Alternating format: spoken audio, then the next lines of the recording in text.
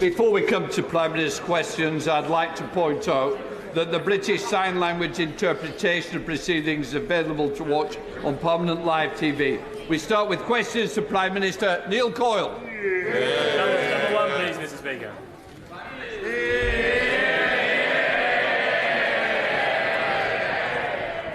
Mr. Speaker, with Armistice Day on Friday, I know that colleagues from across the House will want to join me in remembering those who have lost their lives in the service of our country.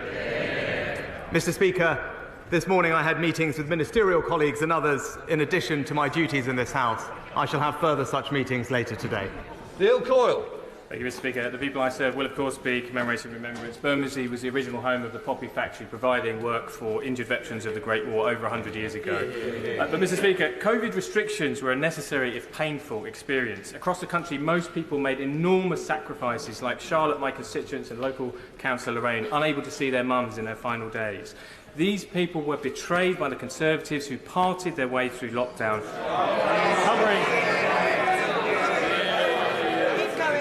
You may not like it, but you can all go to eat kangaroo testicles for all I care. But those Conservatives covered Downing Street in suitcases of wine, in vomit and in fixed penalty notices. Can this Prime Minister promise today he will use his power of veto to ensure that no one who received an FPN for breaking COVID laws is rewarded with a seat in the House of Lords?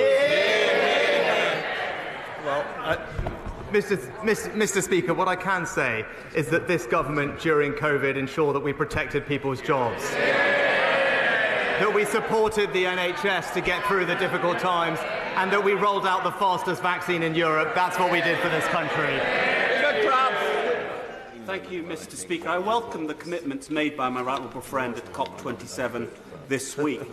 If he wants to do something that really helps get us to net zero, improves our energy security and helps create new opportunities in places like Milford Haven, South Wales, South West England, can I urge him to really throw the full weight of his office behind delivering floating offshore wind in the Celtic Sea and, crucially, ensure that decisions being taken now by the Crown Estate and the Treasury mean that the economic value, the jobs of this new industry stay here in the UK? Well, can I praise my right honourable friend for highlighting the incredible potential of floating offshore wind technology to help us move to net zero. He's right about the opportunities in the Celtic Sea and for Wales more generally, and I can confirm to him that Crown Estate's leasing process is expected to deliver more seabed leases for many more projects. Leader of the Opposition, Keir Starmer. Thank you, Mr. Speaker. Can I join the Prime Minister in his comments about Remembrance Day? We remember all those who paid the ultimate price and all those who have served and are serving our country. Mr. Speaker, the member for South Staffordshire told a civil servant to slit their throat. How does the Prime Minister think the victim of that bullying felt when he expressed great sadness at his resignation? Mr. Speaker, unequivocally the behaviour complained of was unacceptable, and it is absolutely right. It is absolutely right that the right honourable gentleman has resigned. For the record, I did not know about any of the specific concerns relating to his conduct as Secretary of State or Chief Whip, which date back some years. I believe that people in public life should treat others with consideration and respect, and those are the principles that this government will stand by. Mr. Speaker, the member for South Staffordshire spent years courting the idea he can intimidate others, blurring the lines to normalise bullying behaviour. It's precisely why the Prime Minister gave him a job. The truth is simple. He's a pathetic bully. But he would never get away with it if people like the Prime Minister didn't hand him power.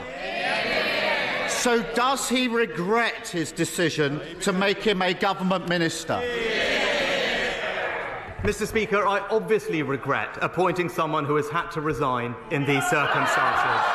But I think what the British people would like to know is that when situations like this arise, that they will be dealt with properly. And And that's why it is absolutely right that he resigned, and it's why it is absolutely right that there is an investigation to look into these matters properly. I said my government would be characterised by integrity, professionalism and accountability, and it will. Keir Starmer. Mr. Speaker, everyone in the country knows someone like the member for South Staffordshire. A sad middle manager getting off on intimidating those beneath him. But everyone in the country also knows someone like the Prime Minister.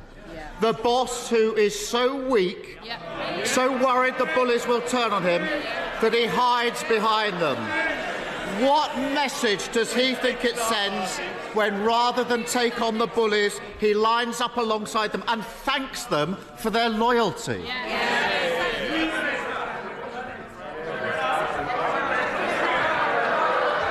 Mr. Speaker, the message that I clearly want to send is that integrity in public life matters. And that is why it is right that the Right Honourable Member has resigned. It is why it is right that there is a rigorous process to examine these issues. But as well as focusing on this one individual, it is also right and important that we keep delivering for the whole country. And that's why this government will continue to concentrate on stabilising the economy, on strengthening the NHS and on tackling illegal migration. Those are my priorities. Those are the priorities of the British people, and this government will deliver on them. Mr. Speaker, the problem is he can't stand up to a run-of-the-mill bully. So he has no chance of standing up to vested interests on behalf of working people. Take Shell. They made record profits this year, £26 billion. How much have they paid under his so-called windfall tax? Mr. Speaker, I was Chancellor who introduced an extra tax on the oil and gas companies. But he talks, Mr. Speaker, he talks about working people.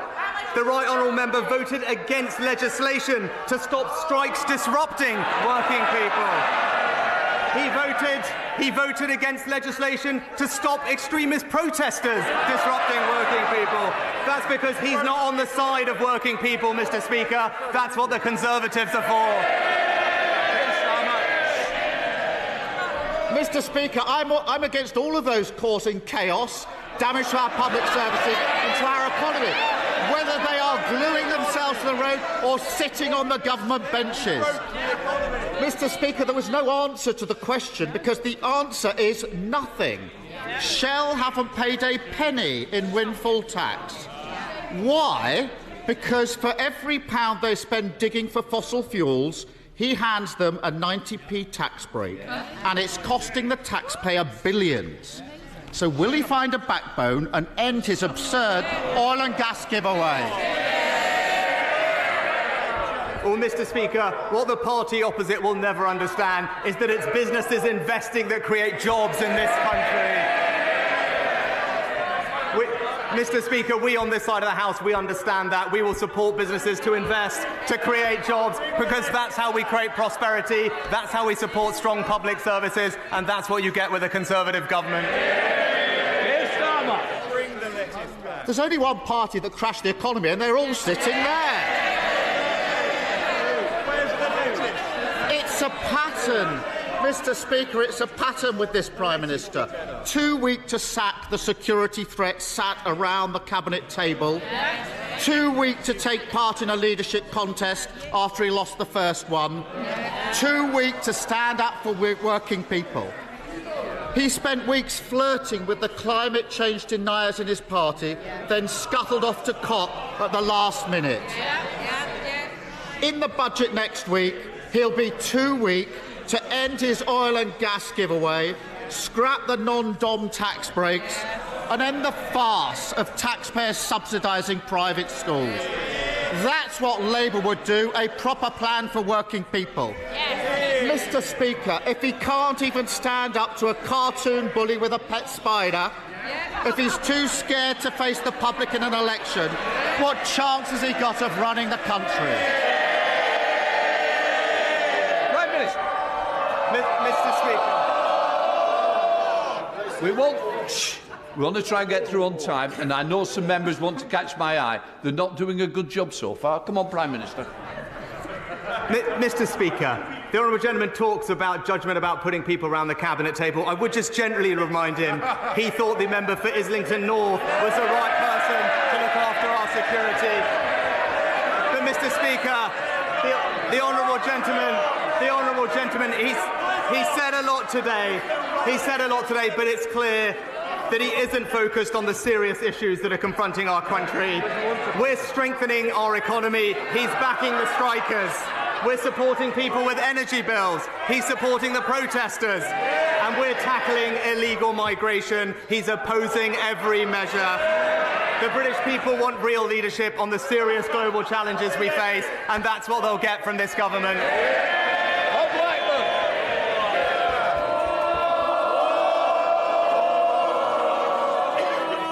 Mr. Speaker, 84 years ago today in Germany, hundreds of synagogues were destroyed, Torah scrolls were desecrated, thousands of Jewish businesses and shops were destroyed as well.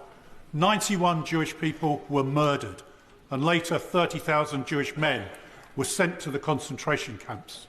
So as we commemorate Kristallnacht, let us remember that it was started with anti-Jewish hatred. It became anti-Semitism, and it's still prevalent in society today. So will my right honourable friend condemn anti-Semitism in all its forms, but congratulate the Holocaust survivors who give their testimony year after year, and in particular congratulate the Holocaust Educational Trust for the brilliant work they do in making sure we will never ever forget what happened in the Holocaust. Well, can I thank my honourable friend for his powerful question and his continued work on this issue. I completely agree with him. Anti-Semitism has no place in our society, and we're taking a strong lead in tackling it in all forms.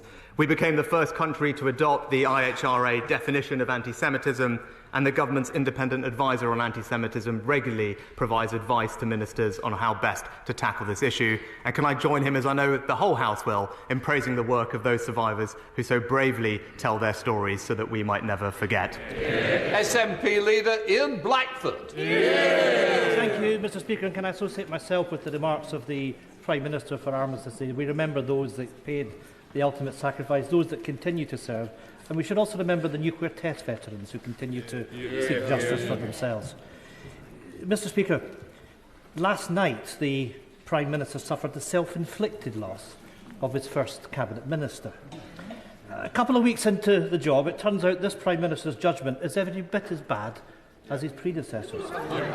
Speaking of which, we now know that his former friend, the former Prime Minister, plans to hand out seats in the House of Lords to at least 4 Tory MPs, including the current Secretary of State for Scotland.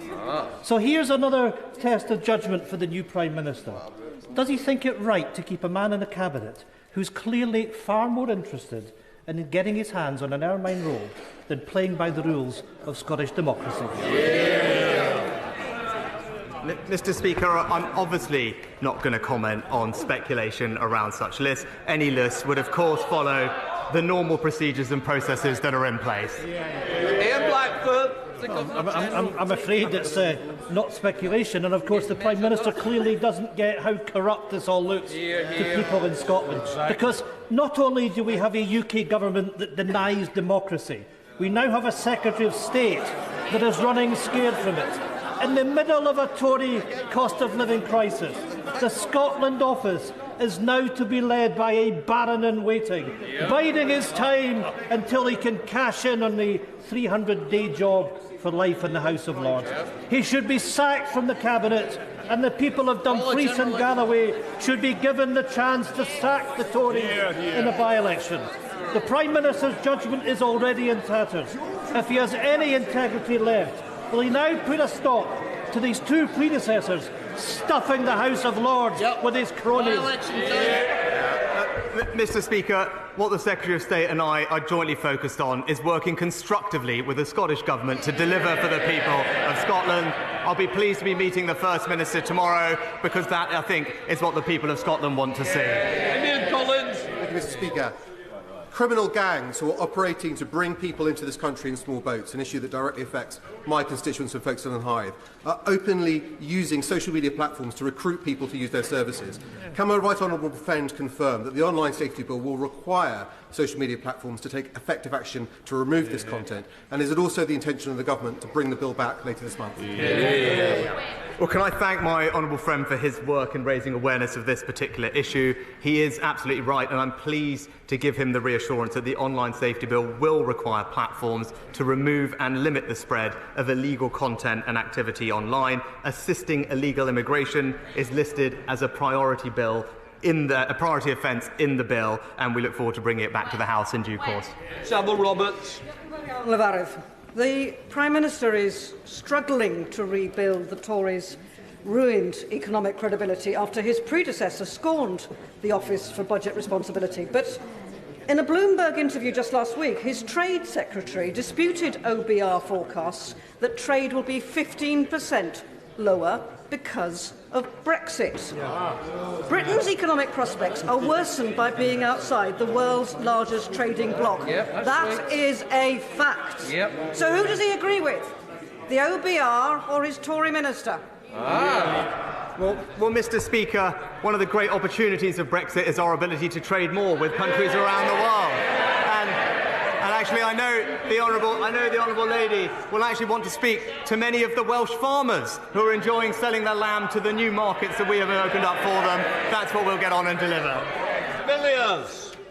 Mr. Speaker, excessive housing targets are placing greater and greater pressure on councils to approve development which damages our environment. When the Prime Minister came to Finchley over the summer, he said he wanted to abolish those targets. Will he use the Levelling Up Bill report stage to bring forward government amendments to do that? Mr. Speaker, the government is committed to making home ownership a reality for a new generation, and we must build homes in the right places where people want to live and work. But, as the right honourable lady knows, and as I said, I want those decisions to be taken locally, with greater say for local communities rather than distant bureaucrats, and my right honourable friend, the Secretary of State, is happy to sit and meet with her to discuss how best to make this a reality. Mr. Speaker, does the Prime Minister remember back in February when he was Chancellor of the Exchequer, when I informed him that due to his incompetence in that job, the children in my constituency would go to bed that night with no food in their tummy and no heat in their homes? What is he now going to do as Prime Minister to make sure that in every community in our country, children aren't in that situation in this hard winter ahead? Well, Mr. Speaker, the absolute best way to ensure that children do not grow up in poverty, which is something that none of us want to see, is to ensure that they do not grow up in a workless household.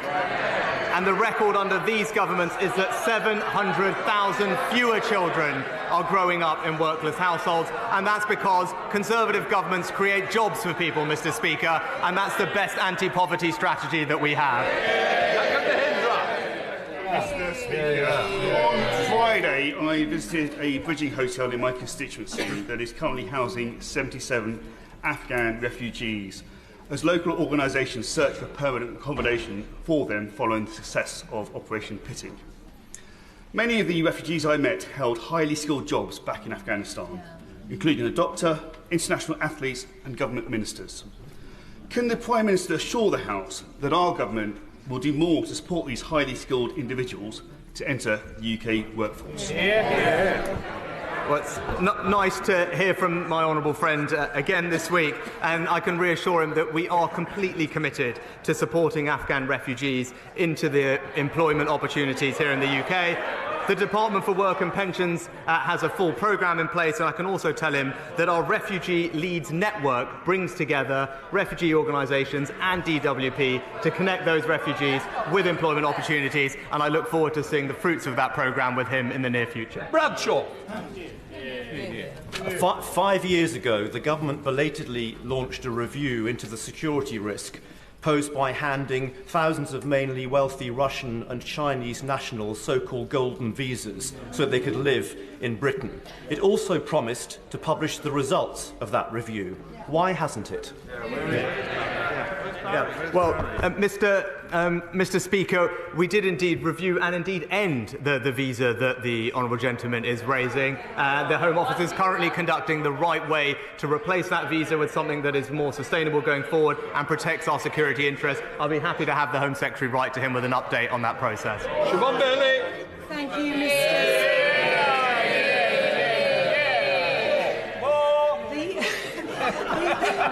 The UK has a workforce shortage, yet millions of parents are unable to work at full tilt and childcare providers are going belly up due to policies being a maddeningly expensive muddle of a mess. Will my right honourable friend please confirm that after decades of ineffective tinkering and endless policies that he will be the man to give us proper childcare reform? Well, Mr. Speaker, I'm pleased to say we've announced ambitious new plans to improve the cost, the choice and the availability of childcare to benefit hundreds of thousands of parents across the country. This includes measures to increase the number of children that we can look after by each staff member and indeed make it easier for people to become childminders. We'll respond to all of these proposals in very short order. Munira Wilson. Thank you very much, Mr. Speaker. I know the Prime Minister has been very busy failing to stand up to bullies, but in the real world, schools and colleges across the country looking after actual children are struggling to make ends meet. One London head teacher has scrapped plans for mental health counsellors. A head teacher in Twickenham is no longer filling teaching assistant vacancies, whilst another is axing school trips. So, Mr. Speaker, will the Prime Minister give pupils and parents a cast-iron guarantee that in next week's autumn statement there will be no real terms cuts to school and college budgets? Mr. Speaker, we've significantly increased funding going into schools over the next 2 years, but on top of that, it was important to this government to help those children who left behind their education opportunities during the pandemic, which is why we invested £5 billion to helping those children catch up, including unveiling the most comprehensive programme of tutoring that this country has ever seen, and is closing the attainment gap and disproportionately benefiting disadvantaged children, and is something that I know all colleagues will get behind. Thank you, Mr. Speaker. Despite a productive meeting with the Immigration Minister yesterday, the Home Office continues to house over 400 asylum seekers in 2 neighbouring hotels in my constituency.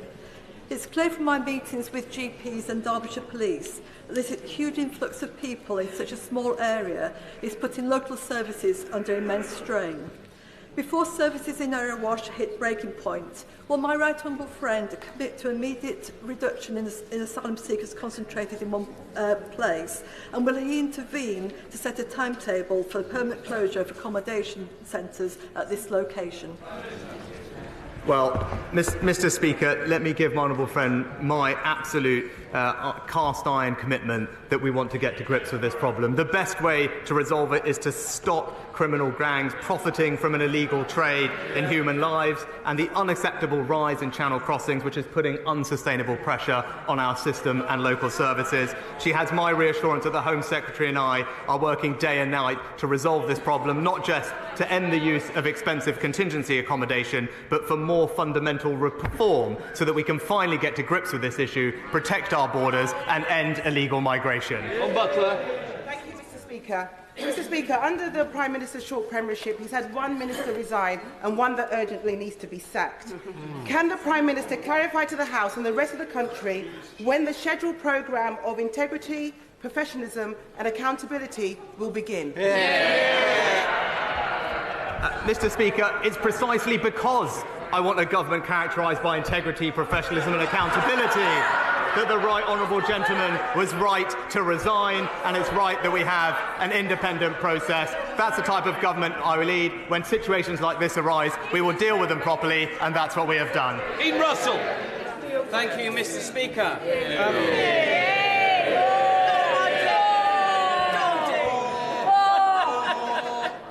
Was it? It's quite amazing, isn't it, when a minister's gone from his post to get more cheers. Come on, Dean Russell. Thank you, Mr. Speaker, and thank you to my colleagues. Just like the Prime Minister, I was very fortunate to join the Royal British Legion in becoming a Poppy volunteer recently.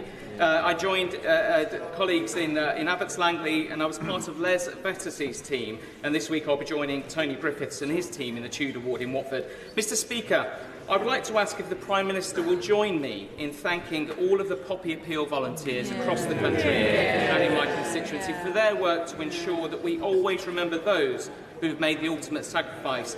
And if the Prime Minister, or perhaps the Minister for Veterans, will also visit Watford to meet our heroic veterans who we owe so much. Thank you. My honourable friend is a fantastic champion for Watford, and it is a pleasure to join him in thanking the Royal British Legion's Poppy Appeal volunteers, both in Watford and across the country.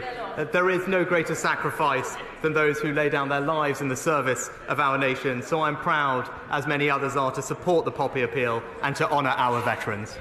Carl Turner. If the Prime Minister or any member of his many households became unwell, would he start ringing the GP surgery at 8 o'clock each morning to not get an appointment? Would he go off to accident and emergency and wait 12 hours to be seen? Would he call an ambulance which wouldn't come? Or would he use some of his £750 million unearned wealth to pay privately and see somebody there and then? Well, Mr. Speaker, I'm very grateful, and let me put on record my thanks to the fantastic team at the Friarage Hospital in Northallerton who provided excellent care to my family over the years. But the honourable gentleman is right to highlight the issue of people waiting unacceptably long for treatment that they need. That's why we've put record funding into the NHS to help with backlogs and waiting times this winter. It's why the Health Secretary and the Chancellor are discussing how best to deliver the reforms that we need, because I want to make sure that everyone gets the care they need, and we will continue to invest in more doctors, more nurses and more community scans so that we can deliver exactly that. Thank you, Mr. Speaker. Blackpool is due to benefit from a £300 million private sector-led regeneration project which will deliver thousands of new jobs for my constituents over the years ahead. To deliver this ambitious new project, we need support with a £40 million package of relocating the existing court complex which currently occupies the site. Various Secretaries of State have been very supportive of the project so far, so is the Prime Minister able to give me an update on when we can receive some good news about how we can get this project off the ground?